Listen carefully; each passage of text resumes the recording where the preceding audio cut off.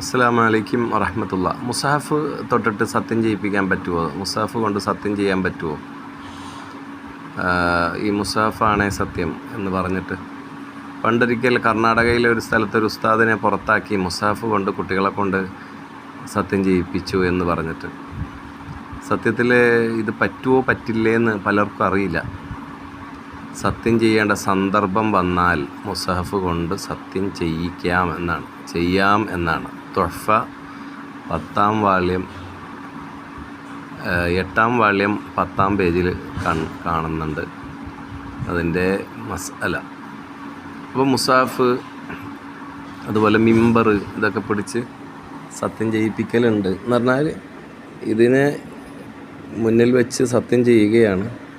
അപ്പോൾ ഇതിൻ്റെ കറാമത്ത് മോചിതത്ത് കൊണ്ട് എന്തെങ്കിലും സംഭവിക്കട്ടെ കളവ് പറയുകയാണെങ്കിൽ എന്നർത്ഥത്തിലാണ്